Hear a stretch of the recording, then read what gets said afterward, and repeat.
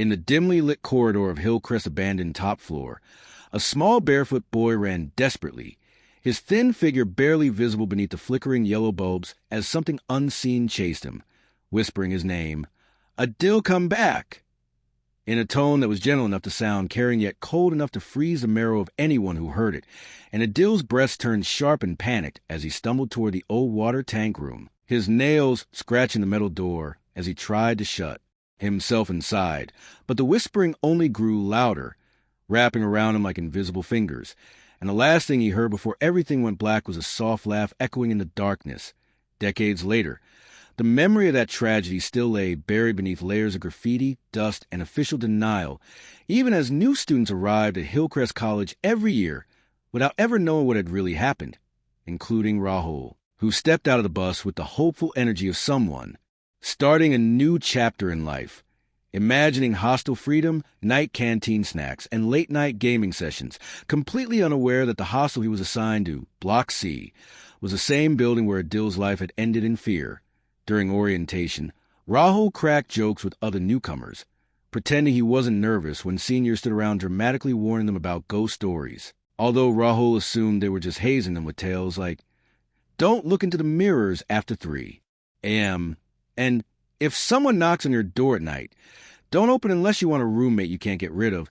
And one senior with particularly dramatic eyebrows whispered, "Especially avoid room 309, before walking away without explanation, leaving Rahul confused but still thinking it was just a prank. When the warden handed Rahul his room key and the tag read 309, Rahul chuckled nervously and muttered, "Nice prank, guys," even though no one around him had planned anything. And as he climbed the narrow stairway toward the third floor, the air grew heavier, cooler, and eerily quiet, unlike the noisy, crowded lower floors where boys shouted, laughed, and dragged suitcases. Rahul laughed at himself for getting creeped out, telling himself it was just old building vibes, though he noticed the third-floor lights flickered more than the others, and the long corridor had an echo that didn't match his footsteps, as if someone walked a second after him with a slightly delayed rhythm. And when he unlocked room 309, he expected a dusty, messy dorm, but instead found it unnaturally clean, with the bed made, floor swept, and a faint smell of old incense in the air, something no other room had, and Rahul joked aloud, "Wow, even the ghost here is OCD," trying to brush off the unease.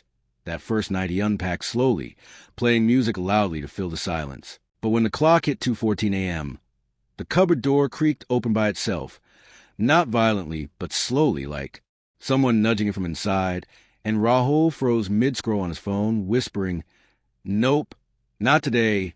Ghost G, I'm tired," and shut the cupboard, locking it with a loud click, though deep down he knew cupboards in hostels didn't open on their own, especially ones he had locked. On the second night, he woke again around the same time, not because of noise, but because he felt someone staring at him. And when he opened his eyes, he saw the chair near the study table turned toward his bed as if someone had been sitting there watching him all night. And Rahul, who was usually brave, whispered, "Okay, funny prank. Ghost Baba, please don't start rent sharing," before switching on a light and trying to laugh it off, but the way the shadows stretched unnaturally long beneath the bed made him swallow hard. During the day, the hostel seemed normal, boys laughing, seniors ragging juniors lightly, the smell of cooking from the mess. But every evening Rahul felt an invisible shift when he approached the third floor, as if the air gained weight and whispers crawled to the hallway, too soft to understand yet too close to ignore.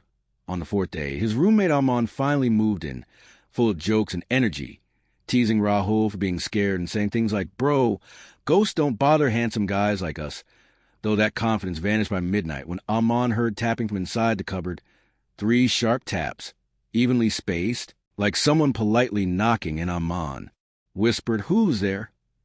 Because sometimes fear makes people stupid enough to ask questions they don't want answered, and both boys froze when a slow whisper replied, "Me." From inside the cupboard, though when they opened in a panic, nothing was inside except cold air that spilled out like fog. From that night onward, the strange events only intensified. Books rearranged themselves, their toothbrushes turned up in odd places, once even inside the fridge. Lights flickered violently whenever someone mentioned room 309's past, and laughter, childish, playful, wrong, came from the bathroom when it was empty.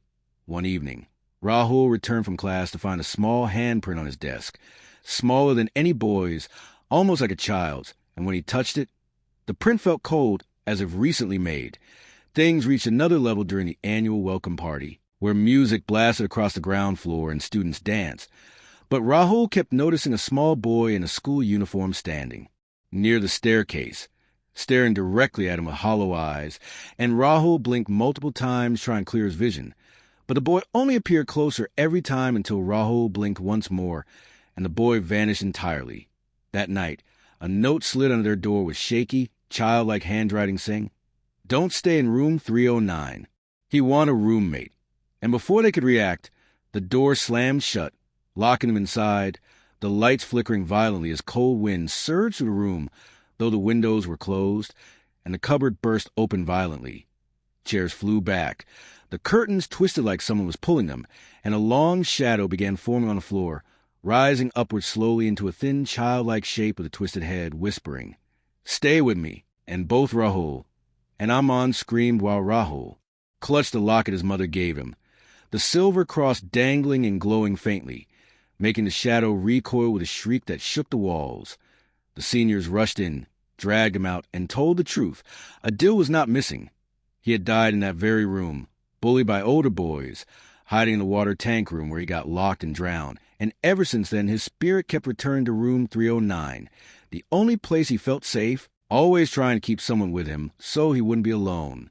Rahul and Aman packed up instantly and left the room forever, but as Rahul looked back from the hostel gate, he saw a small boy standing on the third-floor balcony, the same hollow-eyed figure in uniform, staring down with a sad smile as if he wished Rahul had stayed. And the next morning the warden complained someone had vandalized the cupboard because inside, carved by tiny fingers, were the words, "I'll wait for you, Rahul."